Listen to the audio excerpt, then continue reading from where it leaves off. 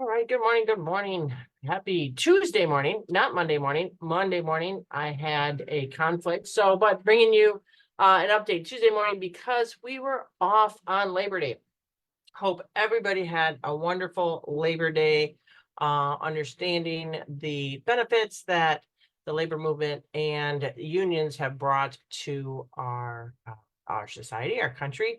Does a great thing. Building the middle class is really what unions are all about, and really appreciate all that labor unions have done for our country. So I hope everybody had a great Labor Day, the unofficial ending of summer when the pools close and school had already begun. So I know schools in our area have started a couple weeks before Labor Day. But we are on a Tuesday to give you some updates on what's going on. Again, we are not in session. And everything's been signed.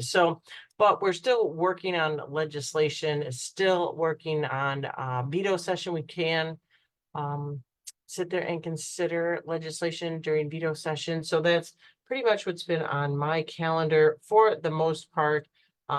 Just going to be logging into my laptop here for a second so that I can make sure I can see all the comments that come through. Good morning to everybody.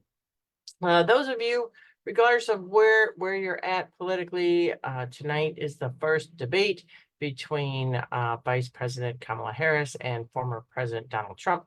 If you're, regardless of, again, which side are you on, or if you're in the middle, or if you're undecided, it's something to tune into tonight. That'll be interesting to see. So just put that on your calendars. So other than that, what else is going on in the weather is up and down. So we can't even talk about the weather. It was warm yesterday, cold a couple days ago.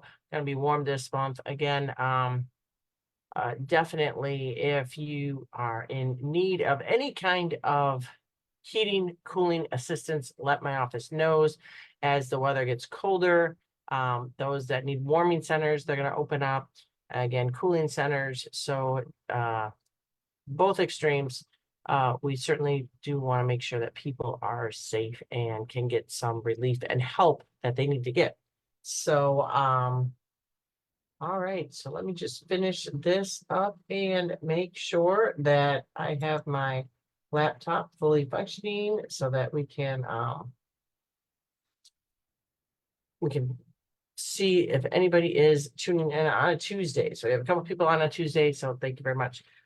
A couple things. So cup of the day, I just grabbed my smiley face mug. I know my alma mater, NIU, brings me a lot of mugs, and I know, but smiley face, because there's a lot of happy people.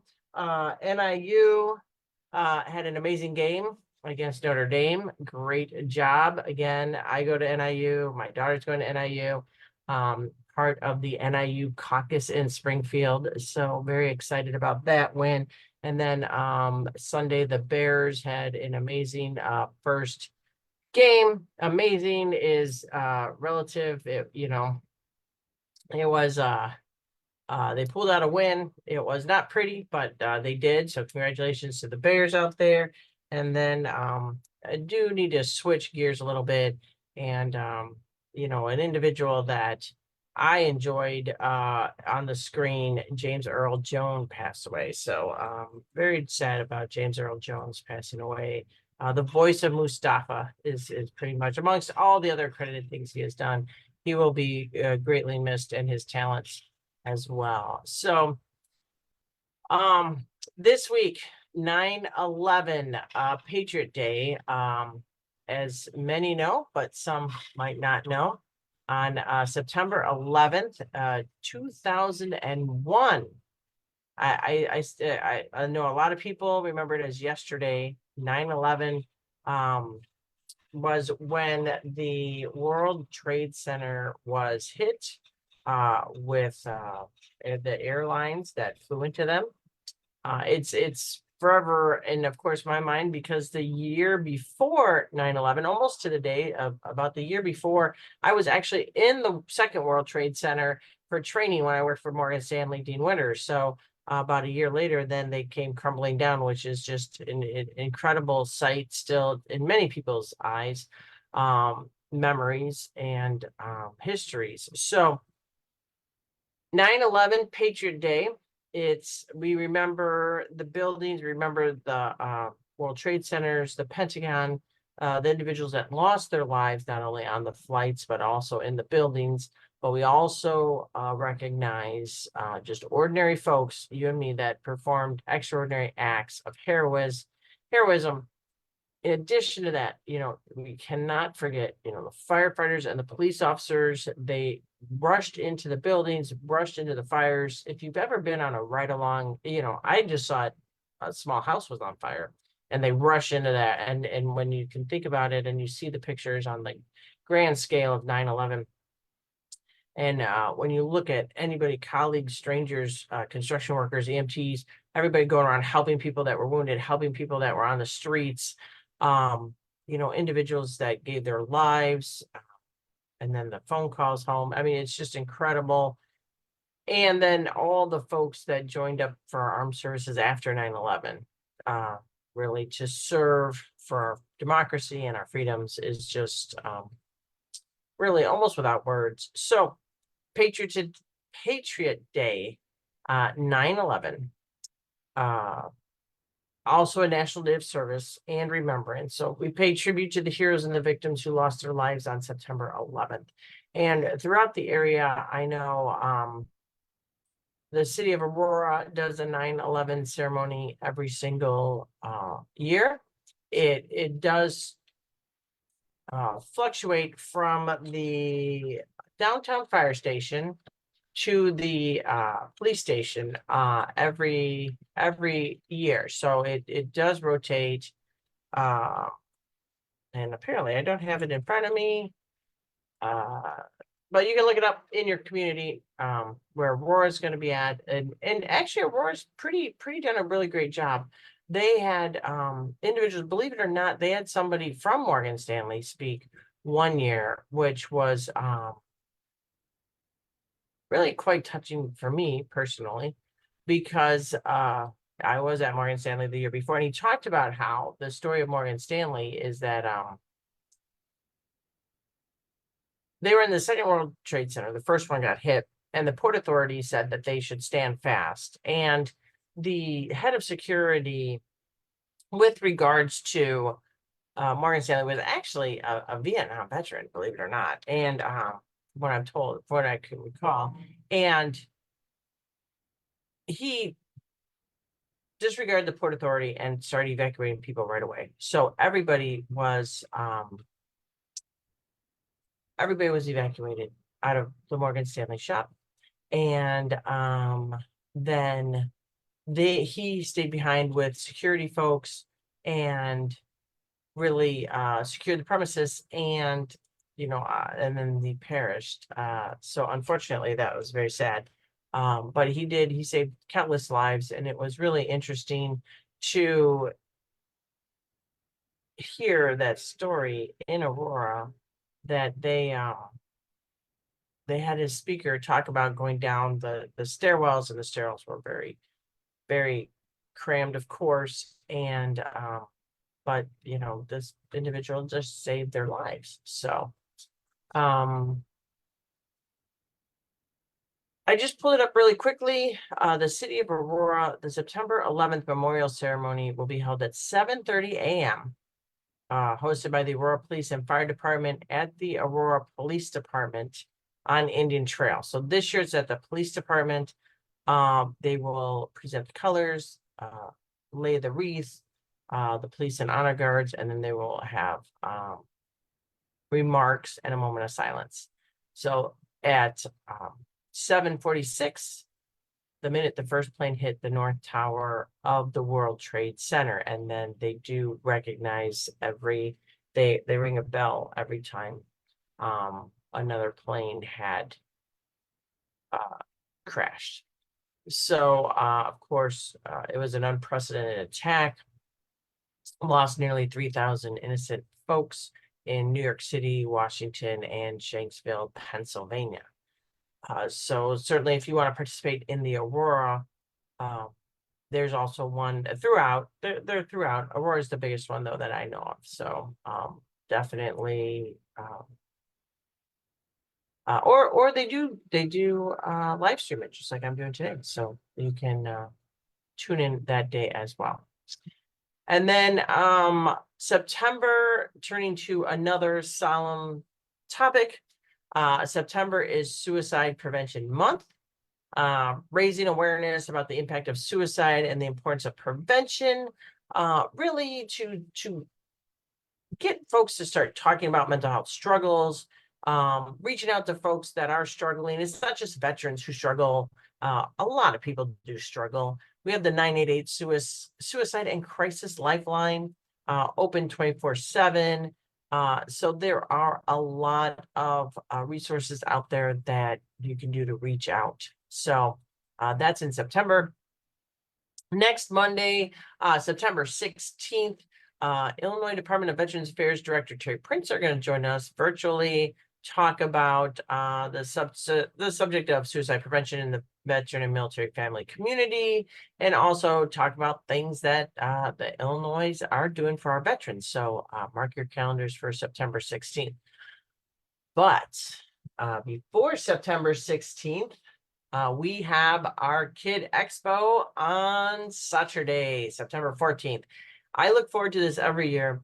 It's a lot of fun. Last year, we had over 600 people in attendance. It's open to anybody, whether you live in the district or not. Feel free to come and enjoy. This year, which is unique, is we're partnering with the Illinois Tollway and have an opportunity to obtain a free kid ID card. So these kids ID cards will be made on site and the whole time from 10 to 1. We will be there at the Phillips Park Aquatic Center in Aurora. As you might recall, if you've gone in the past, we have big rig trucks, emergency vehicles, fire trucks, police, even the medevac helicopter landing, which is always my favorite thing. So hopefully you'll be there. We have the library, the bookmobile. It is definitely a great place to be. So again, that's this Saturday at Phillips Park Aquatic Center here in Aurora off of Montgomery Road, 10 to 1, September 14th.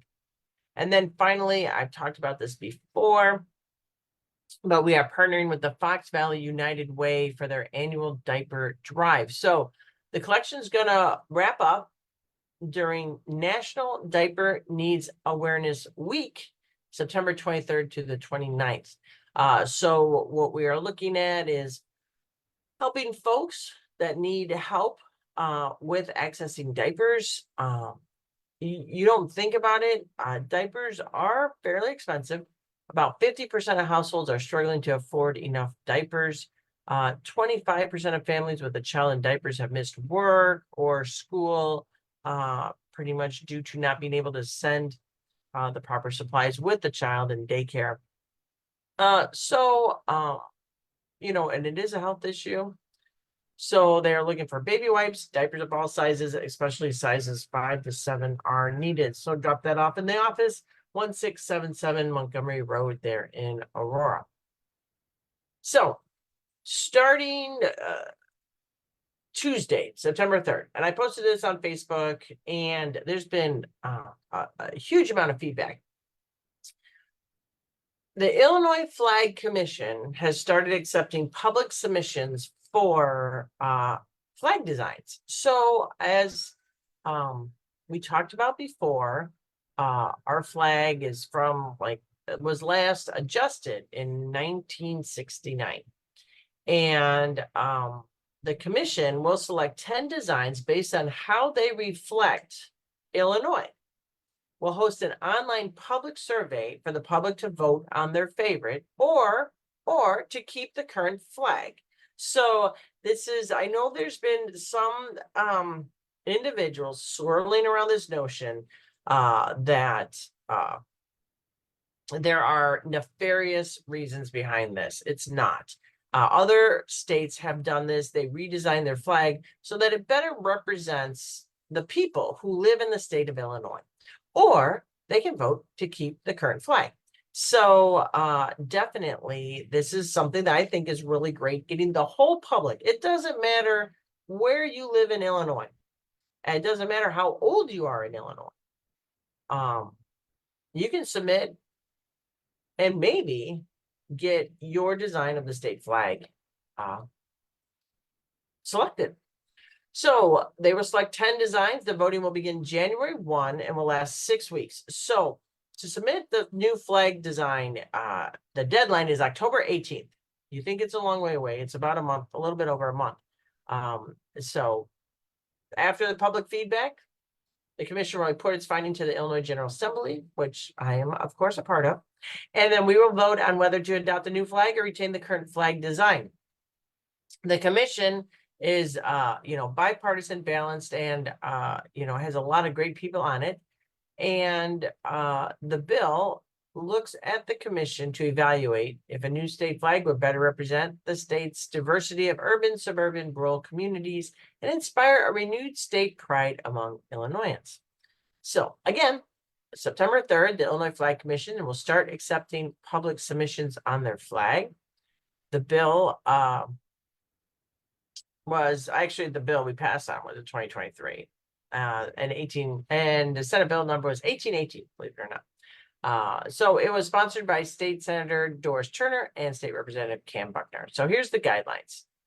Design elements can include natural features of the state, history and culture of the state. No limit on the flag shape or ratio, but designs may be edited by the commission. No limit on colors, but recommend less than 3 colors for clarity of design. They can upload online or submit their design via mail addressed to the Illinois Flag Commission, Howlett Building, room 476, 501 South 2nd Street, Springfield, 62756. Now, you are required to provide your first and last name, address, email address, and phone number. You need to explain your relationship to Illinois and provide a description of their flag entry. Each category limit is 500 characters. Upload an image. The file will need to be 5 megabytes or less, and in PNG, GIF, or JPEG format. No watermarks or frames around the image. By submitting the design to the commission, the designer is authorizing the commission and the state of Illinois to take ownership of the design. Persons under 18 may submit designs if submitted in coordination with a parent, guardian, permission, teacher, or adult mentor. Designs cannot be copied from other designs or use existing logos or copyrighted material. However, the design can include elements or reproductions of the state seal or the prior Illinois state flag. Designs cannot be AI generated. They will find out.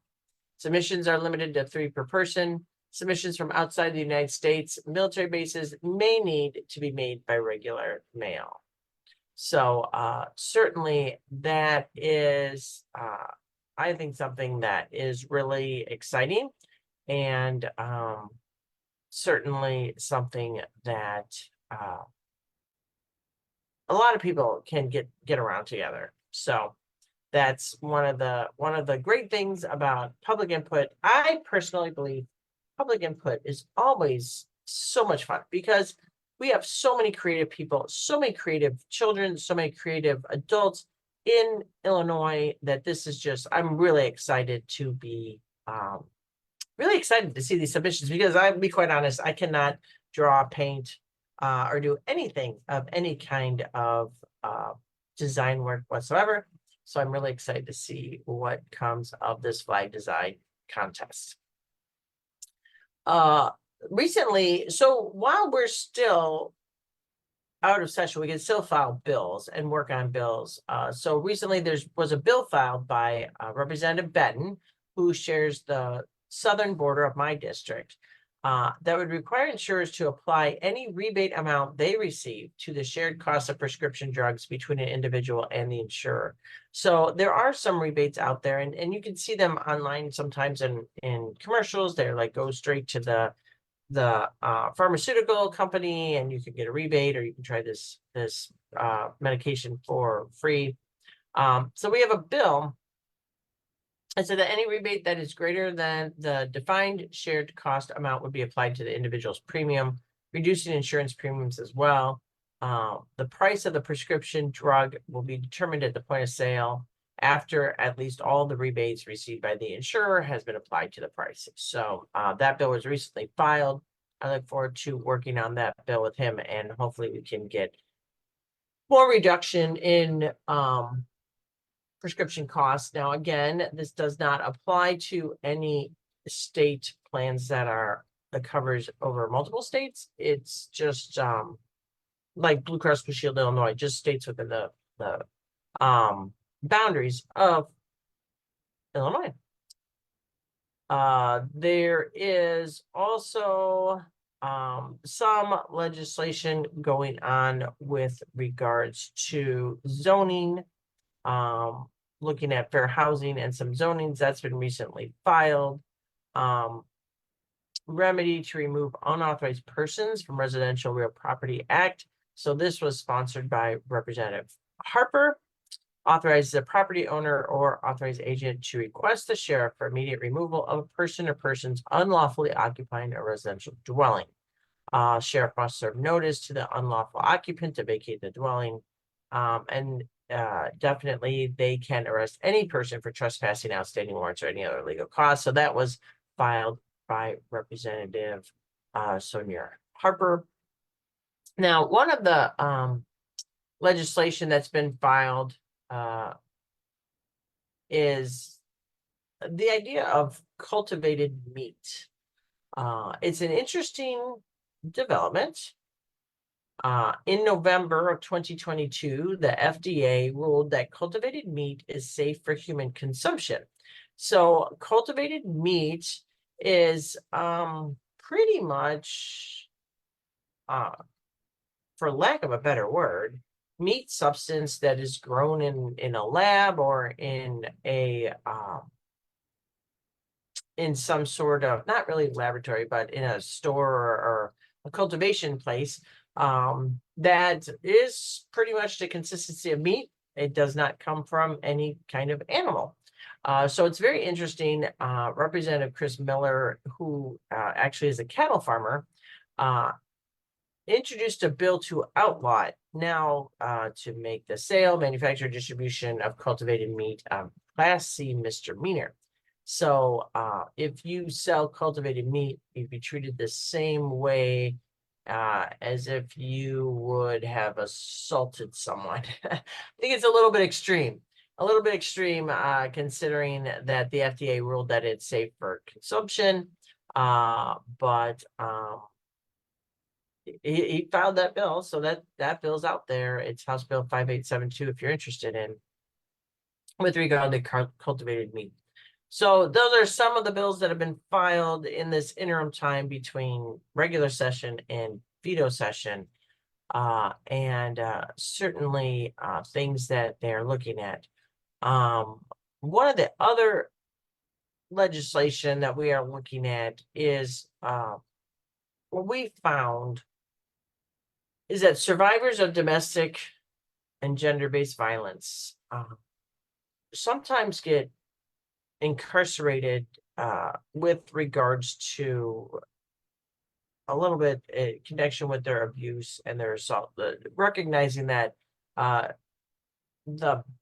what happens to somebody, whether they get assaulted, sexually, domestically abused, violently, does really impact the individual. And looking at this through the lens of who is in prison, what are they in prison for? Are they domestic violence survivors? Did they act in self-defense, or were coerced into criminal activity due to the abuse? Prostitution is one of them. So Representative Kelly Cassidy is looking very closely into some of these issues with regards to survivors, particularly survivors of domestic abuse, and the crimes that occurred, and the sentencing that they have, and the circumstances that were around the infraction and how they wound up in prison and jail. So she's working very hard on that. That's what she's been working on over this break as well. And then looking at Secretary of State Alexi Janulius launched a new program in partnership with the state's Board of Education to get more young people signed up as organ and tissue donors. It's called LEAD, Life Saving Education and Awareness on Donation. And high school students who receive training and talk about the message of donation will receive 20 hours of community service credits to be used on college or trade school applications. So young people rank among the least inclined to become donors. In 2023 marked the lowest number of signups for Illinoisans aged 16 to 21 during the past 10 years. So 4,000 people across the state are currently waiting for a transplant. And one donor, wow, tragic when we lose somebody that we love, but one donor can save up to 25 lives of other loved ones. So I've signed up as an organ donor, and if they can take whatever they need to take after I pass to save lives, it's really, really important. So Secretary of State Alexi Janulius is carrying on the initiatives of former Secretary of State Jesse White with regards to that. And then we are just looking at things that just across the news. So Illinois has been in court. So when the state, of course, our system of government is legislature, executive, judicial. When the state does not follow the laws in which we enact or the laws of the federal government, the executive branch is the one that's in charge of running the state. We're in charge of the laws and the legal oversight. And then the judicial system is in charge of interpreting the laws of the federal level and the state level. So we have been under court oversight for our administration of disability services for quite a while now. And Illinois filed a request, that would be the executive branch, filed a request to end the court oversight of the disability programs, arguing that we're doing all the things we were supposed to do that the court said we weren't doing, which is why we were put under oversight.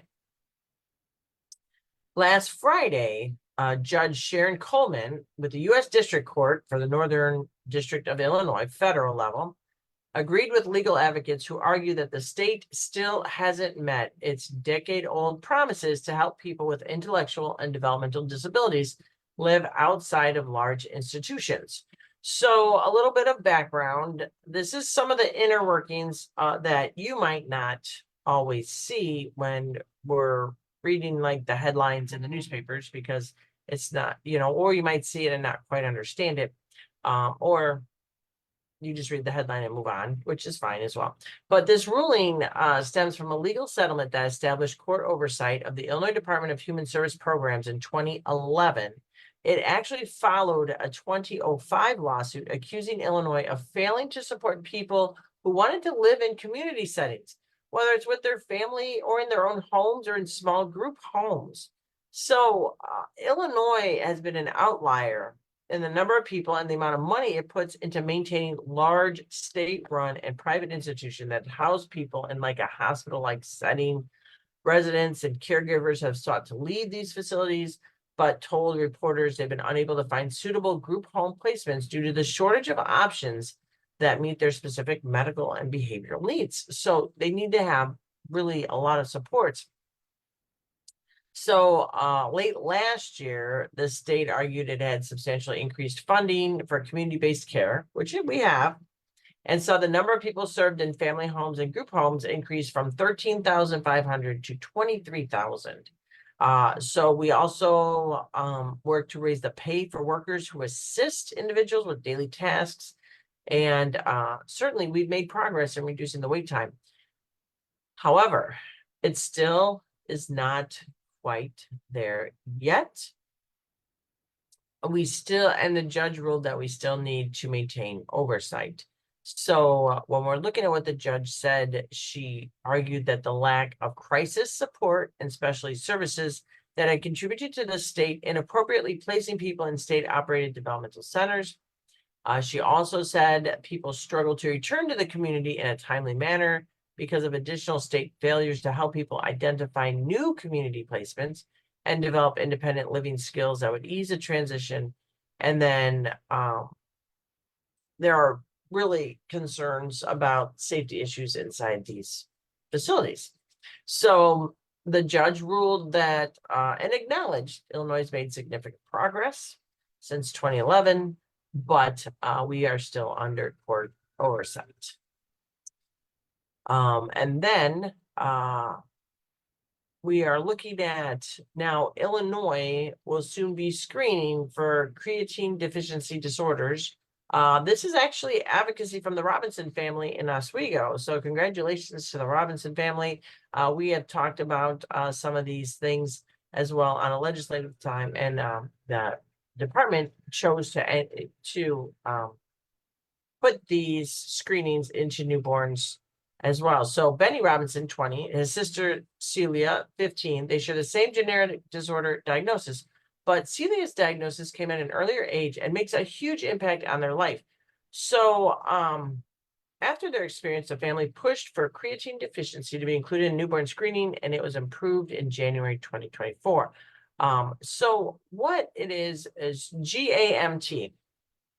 And I had worked on this a couple of years ago. Unfortunately, under the Madigan regime, they would not call it, would not work with it. So again, having a new speaker, we can get new things going in the state of Illinois, which would help out. So the Robinsons worked with their medical team and other advocacy groups to push for creatine deficiency disorders and be part of the heel stick screening that newborns undergo in the hospital. So if you didn't know that, there is a screening that newborns undergo. So we added GAMT, creatine disorders, to be a significant milestone because you can diagnose them first week, second week of life. So testing was approved in January and will be added to the newborn screening in Illinois. Now, this is what's really, truly important.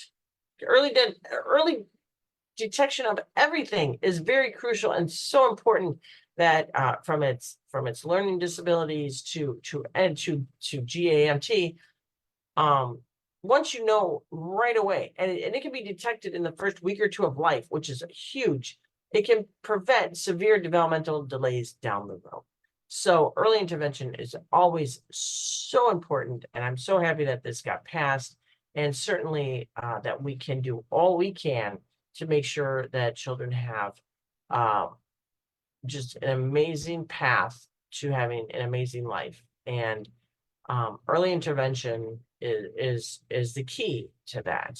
And so this is very exciting, and I just want to give a shout out to them for their advocacy. It's wonderful. Again, briefly at the beginning, talked about Northern Illinois University knocking off number 7 Notre Dame in a 16-14 win on Saturday. One of the biggest upsets of college football season. I think it was great. Northern Illinois coach Thomas Hammock was emotional and said, I just couldn't be more proud. It was an amazing game.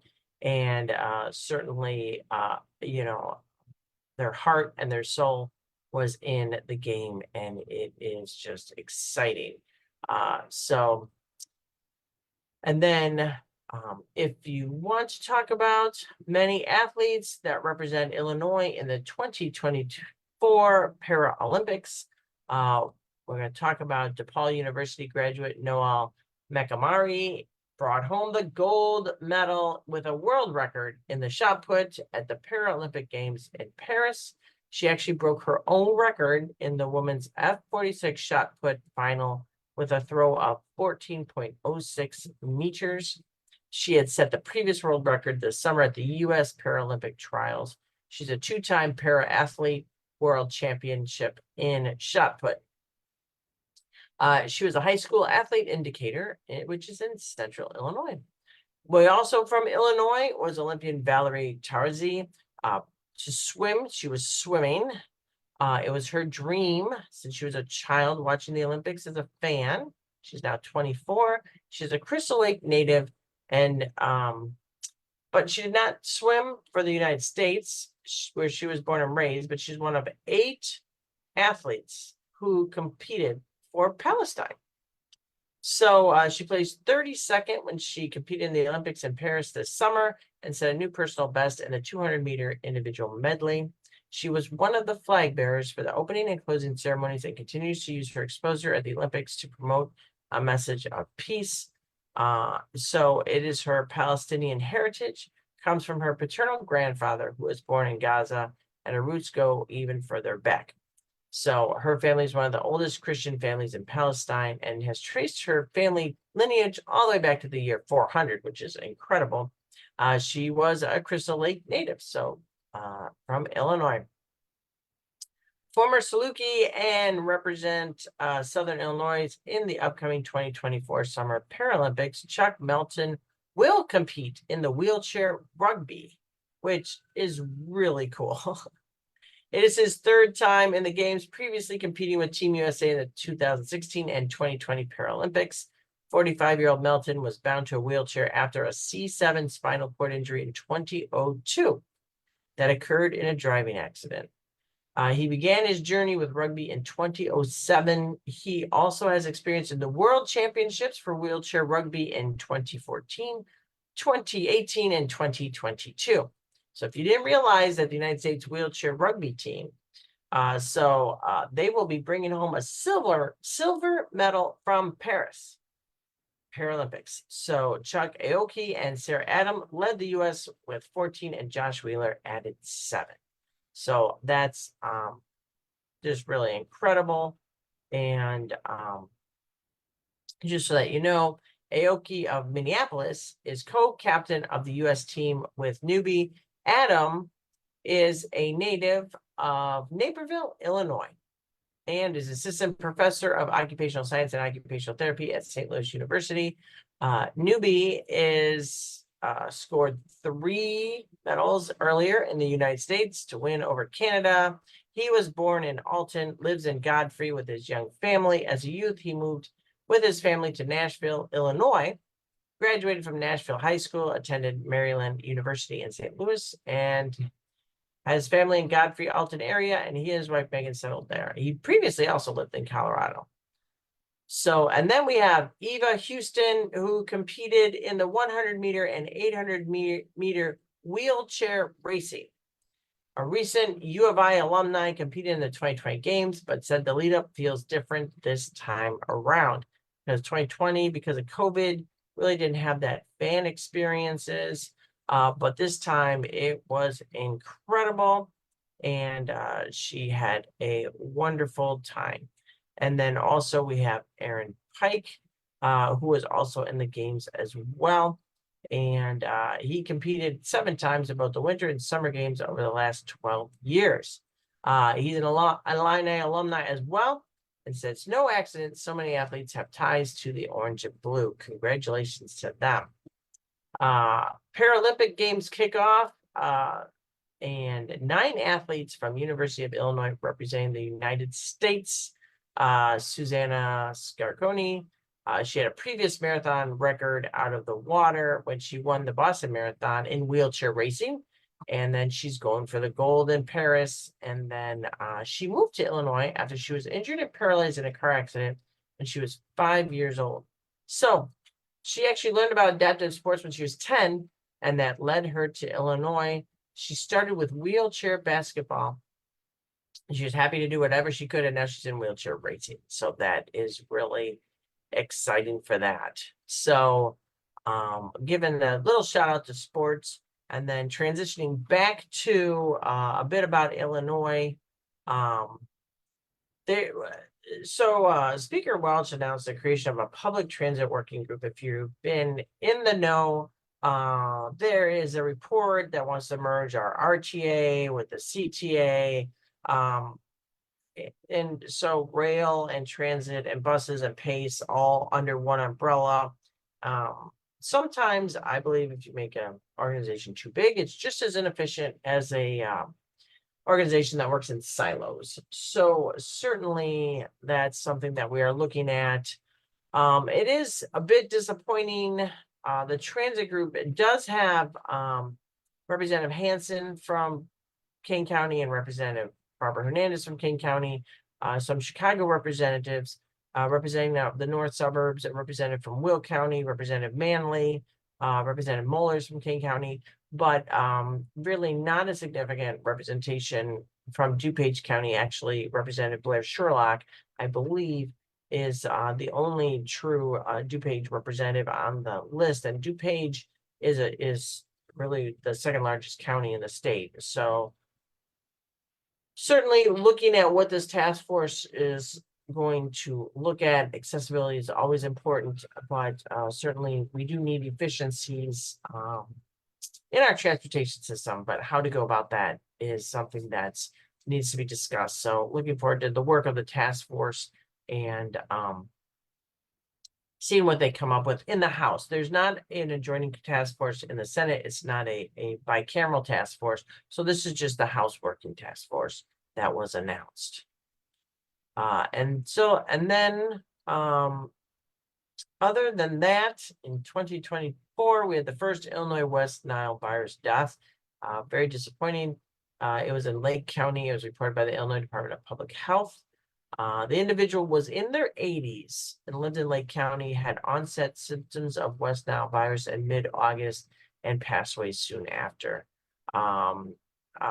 So very, very, very, very sad. We had 9 non-fatal cases of West Nile virus confirmed at the date. So it's very sad that would happen, and but always have to be diligent. Make sure that you have your screens, repair and replace screens that have tears or opening, keep doors and windows shut. Make sure that standing water where mosquitoes can breed, bird baths, ponds, flower pots are either eliminated or constantly in motion so that they can't breed. Wear shoes and socks. If you are going hiking or whatever, repel.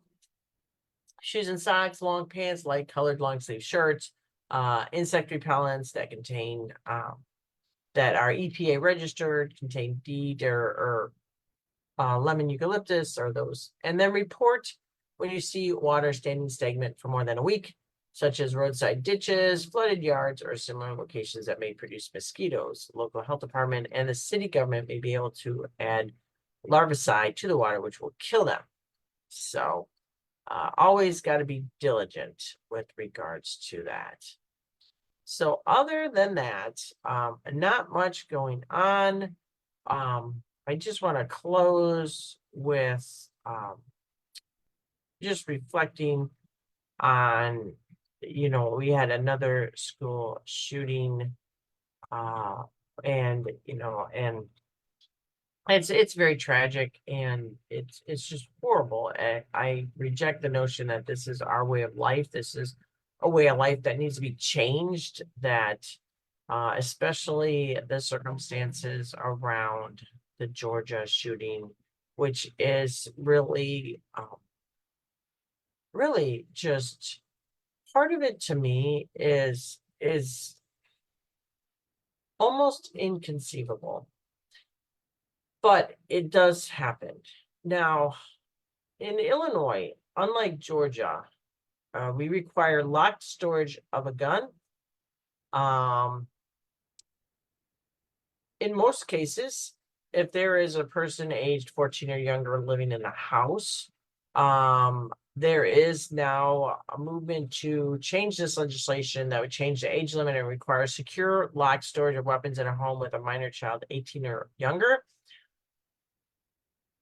I believe that any kind of firearm, even ones that I own, should be locked all the time in secure storage, not just if there are children around. They should be properly secured and locked all the time. It's not very hard to use gun safety locks.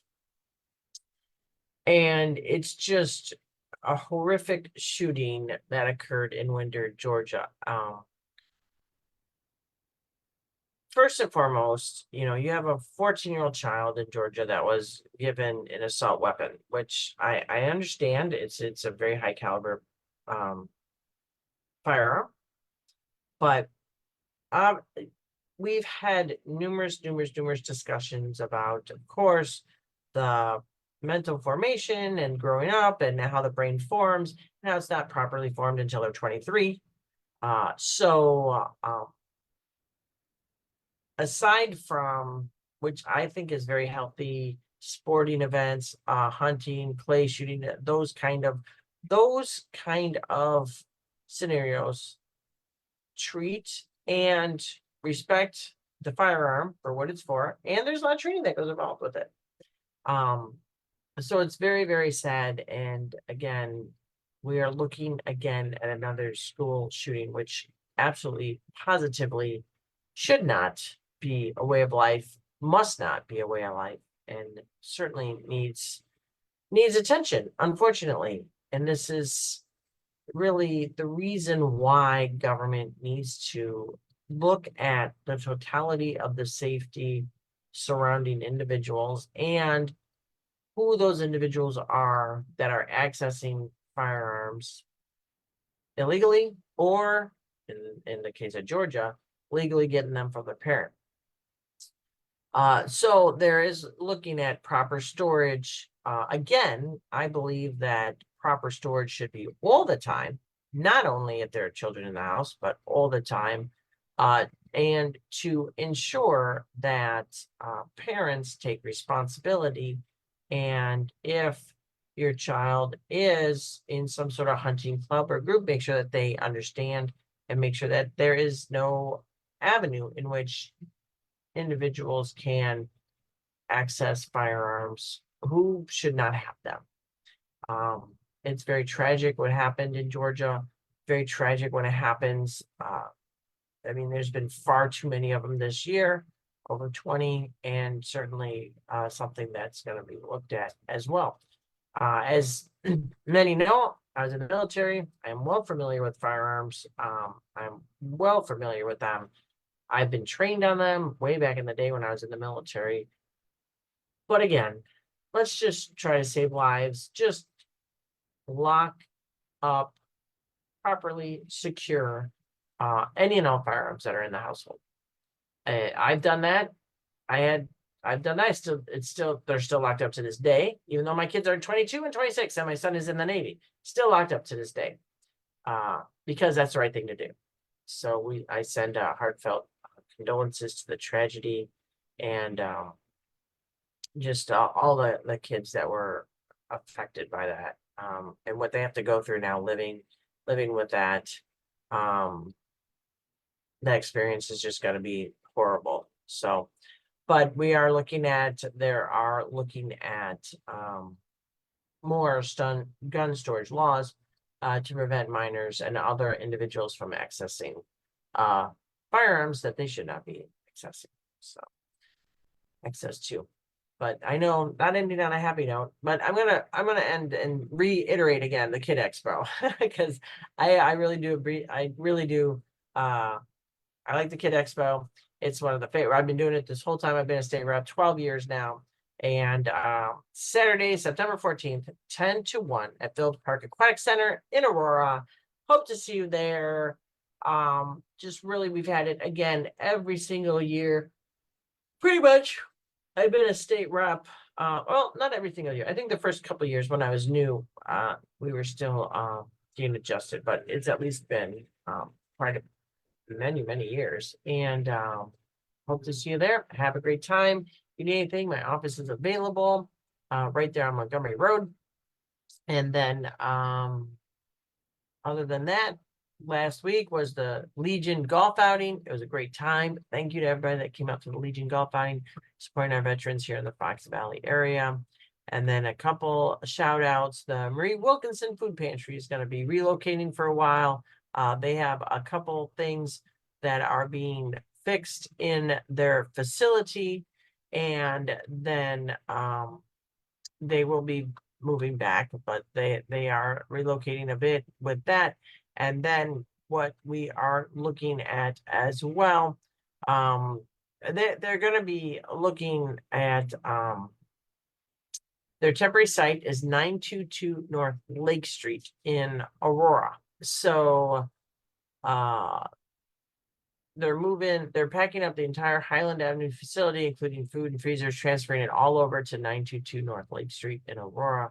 Murray Wilkinson, it is temporary but necessary, so the construction can begin on the pantry's $2 million expansion and renovation at the Highland site, which hopefully will be finished before Christmas holidays. So if you recall, we were able to help out the $2 million from federal funding, then we were able to give small things from the about 200,000 from the state to help out the Murray Wilkinson Food Pantry, named after Murray Wilkinson, a wonderful lady that I met a couple times in my life, passed away quite a while ago. But certainly it's going to be a big excitement. So believe it or not, the current site is the old Harners at Northgate.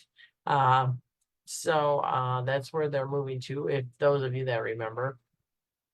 So that's wonderful that they're moving there. And then the Community Foundation of the Fox River Valley have moved into a new location as well, still in downtown Aurora, but they've just moved down a bit. So we want to congratulate them on their new move to their new place, just down River Street there. And then the Islamic Center of Naperville's new mosque is expected to be done by October.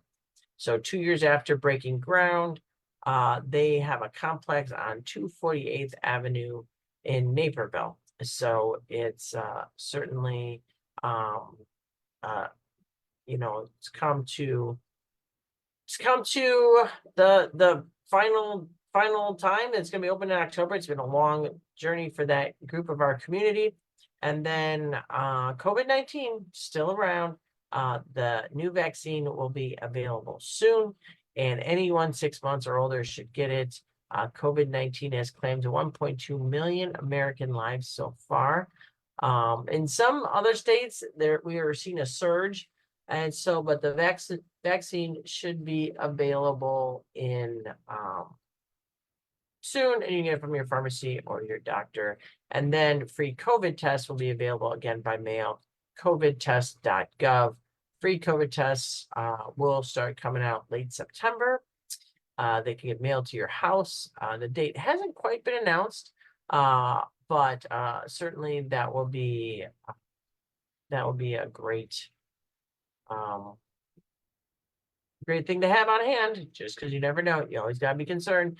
And then gas price fallen more than 40 cents in a month. So gas, according to Gas Buddy, gas prices in Illinois have fallen 11 cents to about 3.64 cents per gallon, $3.64 a gallon. So as you know, or you might not know, way back in the 70s, before the 70s, gas prices used to truly be a supply and demand feature, right? And now it's part of the stock market and the futures trading and the prices per gallon and stuff to that effect. So it's really kind of hard to pinpoint how the gas prices are going to be, but they do go up and down. And as I say, if you go throughout the state, you're going to see differences, but it's not throughout the state. The state does have gas tax throughout the state. However, the differences between different parts of the state is the local community, because the local communities can put on a bit of a gas tax as well. So it's not, when you look at the different prices and say, I got gas is more expensive in Chicago than outside, because they have a different taxing structure in Chicago than outside the state. If you go more rural areas, gas might be a little bit cheaper. That's not the state of Illinois. That's just local communities as well. So just keep that in mind when we're looking at the price of gas. However, also keep in mind that due to the Lockbox Amendment passing, all the money collected in Texas goes to roads and bridges and infrastructure. So you know that what you're paying at the pump is going to roads and bridges and infrastructures to make sure that the roads you drive on are being repaired in a timely manner. And it's huge. And we're doing a big job. I know everybody hates construction. As my daddy always says, there are 2 seasons in Illinois, construction and winter. And now winter's not like the winters of the past, But certainly that's where your money's going. So while nobody likes to pay taxes, but at least we can guarantee you that that gas tax is going where it needs to go. Roads, bridges, and infrastructure. So with that, have a great Tuesday. It is Tuesday. We'll be back Monday. Have a wonderful, wonderful week. Watch out for COVID, of course, and hope everybody is enjoying their September. And I hope to see you at the Kid Expo. So take care, all. Have a great day and be safe, be well, and see you Saturday.